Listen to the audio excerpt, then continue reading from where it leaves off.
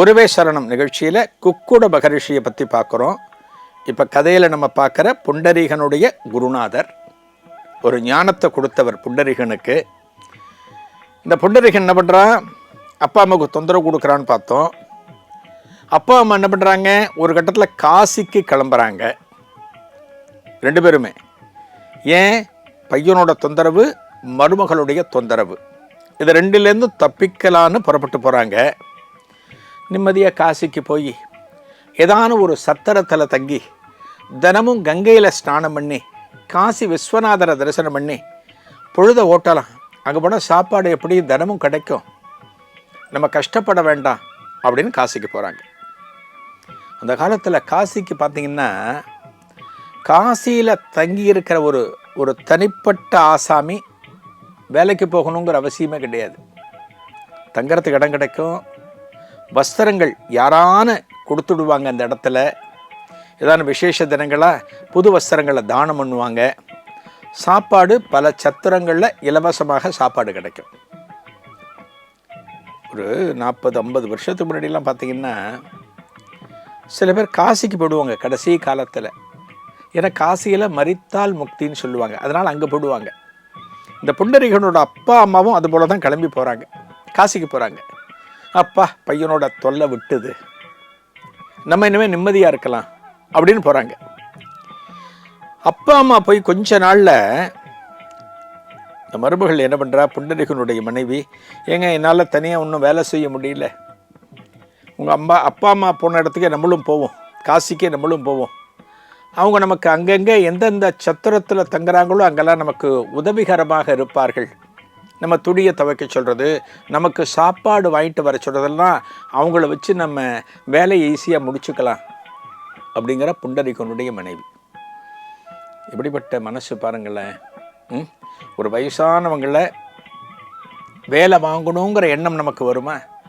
ஆனால் புண்டரீகனுக்கும் அவனுடைய மனைவிக்கும் வருது. அவங்க ரெண்டு பேரும் நடந்து போயிட்டாங்க, அப்பா அம்மா. இந்த புண்டரீகனும் அவனுடைய மனைவியும் குதிரையில் போகிறாங்களாம். அவ்வளோ சோம்பேறி. இந்த குதிரையில் போய் ஒரு இடத்துல அப்பா அம்மாவை பிடிச்சிட்டாங்க. அப்பா அம்மா ஒரு ஆசிரமத்தில் தங்கியிருக்காங்க. அந்த ஆசிரமம் யாருடைய ஆசிரமம்னா, குக்குட மகரிஷி அவருடைய ஆசிரமம். இவன் அந்த ஆசிரமத்துக்கு போயிட்டான். யார்? புண்டரீகனும் மனைவியும் குதிரையில். அப்பா அம்மாட்டன்னு சொல்கிறான், இந்த குதிரையெல்லாம் இங்கே கட்டி வச்சுருங்க, இந்த குதிரைக்கு அப்பப்போ ஆகாரம் கொடுங்க, எங்களுக்கும் அப்பப்போ ஆகாரம் இந்த ஆசிரமத்துலேருந்து வாங்கி கொடுங்க அப்படின்னு சொல்லிட்டு தன்னோட வீட்டில் எப்படி இருந்தானோ அதே போல் இருக்க ஆரம்பிக்கிறான். இந்த குக்குட மகரிஷி இருக்கார் இல்லையா, அவரை போல ஒரு தபஸ்வியை பார்க்க முடியாது. அவருடைய அழகான அந்த ஆசிரமத்தில், ஒரு இயற்கை சூழலோடு காணப்படக்கூடிய அந்த ஆசிரமத்தில் பெரும் பகுதி தவத்தில் இருப்பார். அந்த இடத்துல வரக்கூடிய அன்பர்களுக்கு, யாத்ரிகர்களுக்கு உணவு, தங்குமிடம் எல்லாமே இலவசமாக கிடைக்கும். அதனால தான் இவங்க தங்கியிருக்காங்க. ஒரு நாள் இரவு நேரத்தில் தூக்கம் வராமல் புண்டரீகன் வெளியில் இருக்கான். குக்குட மகரிஷி ஆசிரமத்துக்கு வெளியில் இருக்கான். தூக்கம் வரல அவனுக்கு. அவனுடைய மனைவி படுத்துட்டா, அவனுடைய அப்பா அம்மா படுத்தாச்சு, எல்லாம் படுத்தாச்சு. இவன் இங்கே உட்கார்ந்துட்டு இருக்கிறப்ப ஒரு 4-5 பெண்கள் இந்த ஆசிரமத்துக்குள்ள வராங்க. அந்த பெண்களுடைய தோற்றத்தை பார்த்தா ரொம்ப அருவருப்பா இருக்கு. அவர்கள் அணிந்திருக்கக்கூடிய வஸ்திரம், அதாவது புடவையானது அத்தனை அழுக்கா இருக்கு. அவங்க முகத்தை பார்த்தா ஒரு அருவருப்பான தோற்றம், அழுக்கு நிறைந்து காணப்படுகிறது.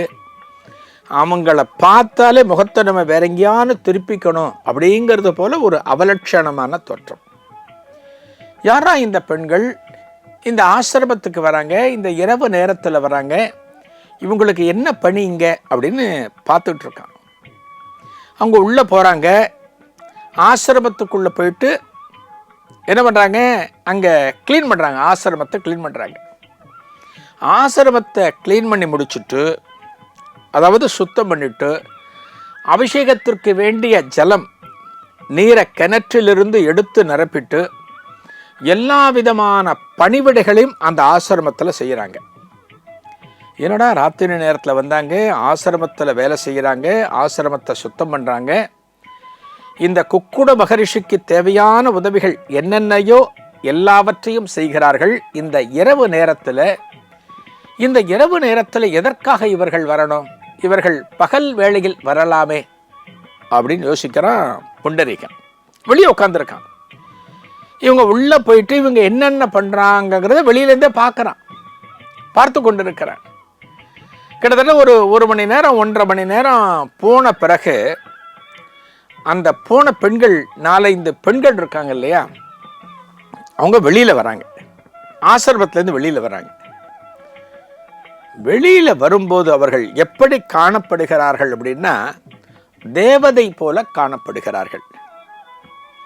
4-5 பேர் போனாங்க.